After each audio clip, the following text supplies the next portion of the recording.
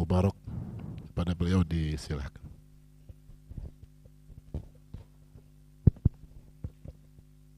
Bismillahirrahmanirrahim. Assalamualaikum warahmatullahi wabarakatuh. Alhamdulillah, wassalatu wassalamu ala rasulillah wa ala alihi wa sahbihi. Asyhadu an la ilaha illallah wa asyhadu anna Muhammadan abduhu wa rasuluh. Allahumma salli ala sayyidina Muhammad wa ala ali sayyidina Muhammad. Puji syukur pada Allah Subhanahu wa taala yang pada malam hari ini masih memberikan kita karunia-Nya yang luar biasa. Kita masih bisa menghirup oksigen yang diciptakan oleh Allah untuk keberlangsungan kehidupan kita. Karena tidak semua dari kita hari ini berkesempatan untuk masih tetap menimba ilmu, niat ngilangkan kebodohan bersama kiai kita, orang tua kita, Bapak Kiai Haji Lukman Hakim.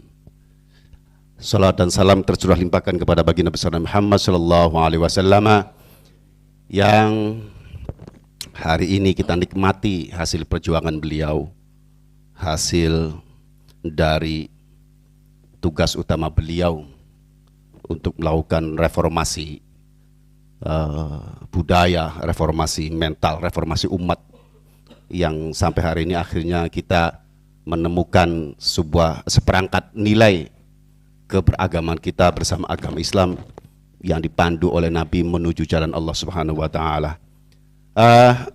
Pemirsa IKAM TV dimanapun berada dan para hadirin yang ada di studio, tema malam ini pendekatannya mesti dengan pendekatan tasawuf, karena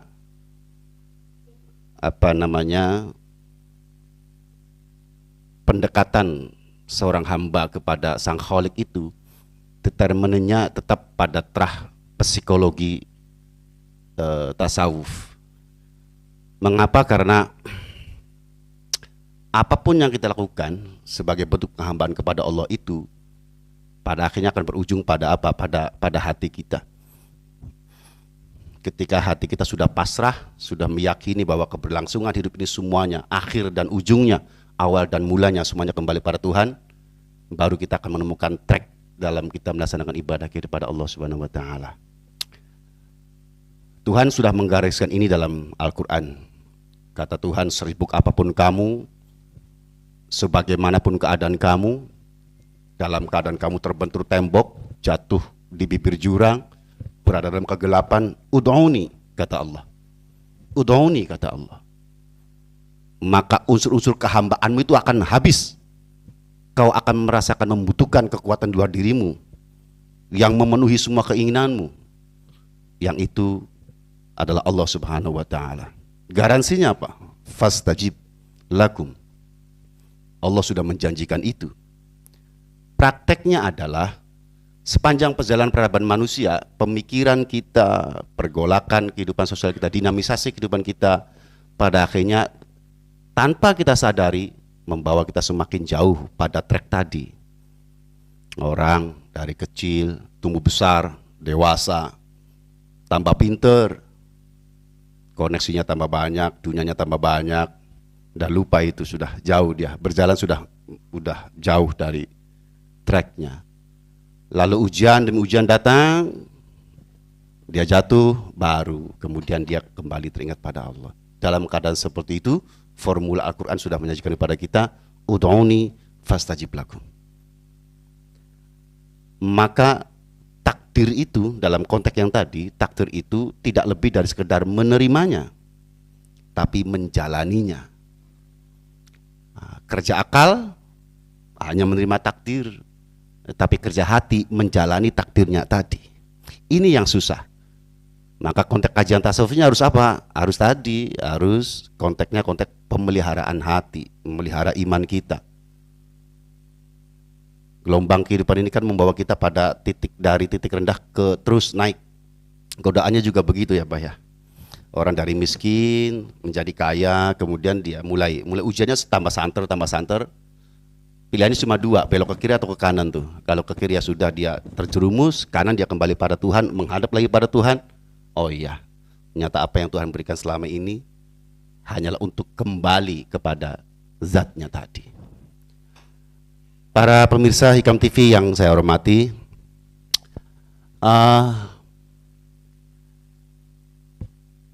bagaimana konsep merawat keimanan tadi, merawat hati tadi agar kita selalu ada, nggak jauh dari track tadi itu.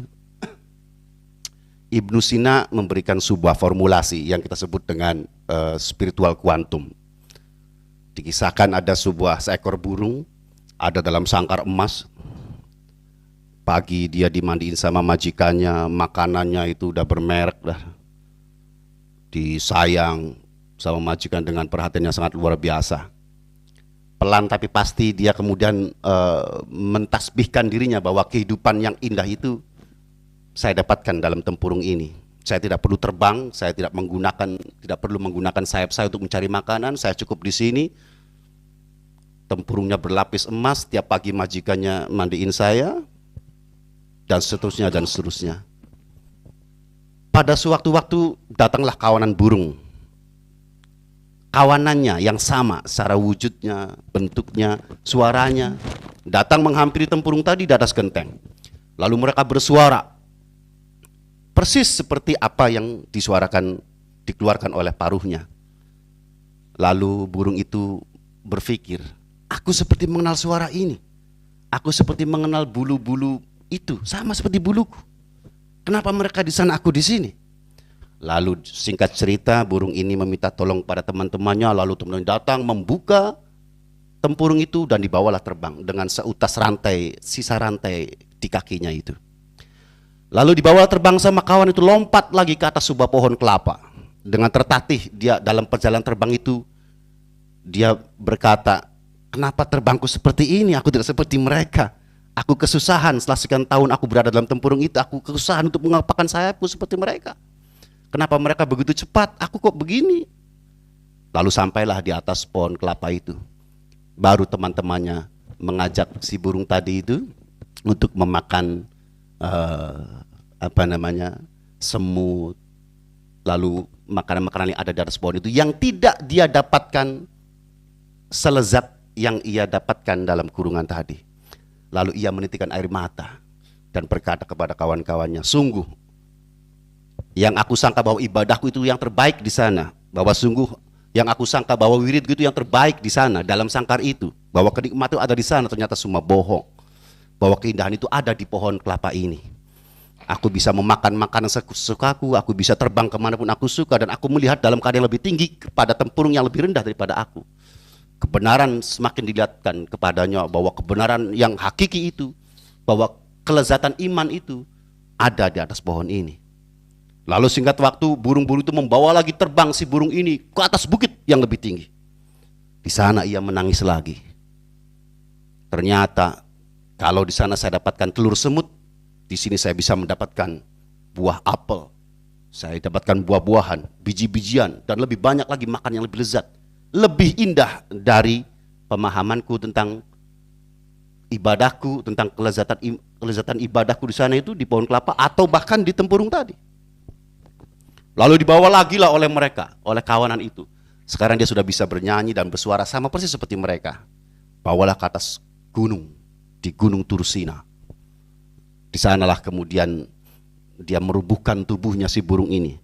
Dia bersujud kepada Allah. Ya Allah, ternyata selama ini kalau aku merasa ibadahku cukup, kalau aku merasa bahwa apa yang telah Engkau berikan itu semuanya cukup, ternyata tidak. Semakin aku terbang, semakin aku memelihara hatiku, semakin aku membuka hatiku untuk hal yang baru, untuk mengenalmu. Hari ini aku bersaksi bahwa keindahanmu tidak ada duanya, tidak digambarkan oleh apapun. Konteks dari penyerahan takdirnya sebagai burung dan dia menjalani prosesnya itu, dia kembali lagi pada Allah Subhanahu wa taala sebagai penciptanya. Hadirin sekalian, sekelumit teori Ibnu Sina tentang spiritual kuantum itu memberikan gambaran kepada kita bahwa khairun nasi man tala umruhu wa hasuna amaluhu. tambah tua tambah bener, tambah tua aja tambah budek, tambah tua aja tambah gelo, iya tambah ndablek, tambah tua ya tambah bener, bertambah dan bertambah semuanya, spiritualitasnya atau kesadaran hatinya, manajemen hatinya semakin diperbaiki dan terus diperbaiki. Maka tak jarang kita menemukan perjalanan dari kita itu ketika sudah memasuki usia senja gitu, kayak Pak Fatur, kayak Pak Najib yang sudah keluar rambut putihnya itu, yang sudah keluar rambut putihnya itu, iya ngajinya semakin getol, kan luar biasa, semakin banyak berkarya, semakin banyak keluar energi positif, tubuhnya mengeluarkan energi positifnya kepada lingkungannya. Itu adalah sebuah bagian proses dari mereka menerima takdir mereka dan menjalaninya. Kalau hanya menerima saja saya kira selesai ya Pak ya. Tapi setelah menerima bahwa oh ya ini takdirnya, saya harus menjadi bagian dari interaksi masyarakat sosial lingkungan saya, nah baru kemudian dia menjalaninya. Ujungnya semua ini adalah pemberian Tuhan, harus kembalikan kepada Tuhan. Tipsnya ketika kita membentur tembok, jatuh, tersungkur, mintalah kepada Allah untuk dikembalikan pada tracknya agar dapat menikmati kelezatan iman yang diberikan Allah Subhanahu wa taala. Hadirin sekalian, sekelumit dari kami, dari saya Al-Fakir, yang nanti akan kita kembalikan pada Syekhuna atau teman-teman yang lain untuk mengkoreksi apa yang saya sampaikan. Matur nuwun sangat, nyuwun agung pangapunten. Billahi taufiq. Assalamualaikum warahmatullahi wabarakatuh.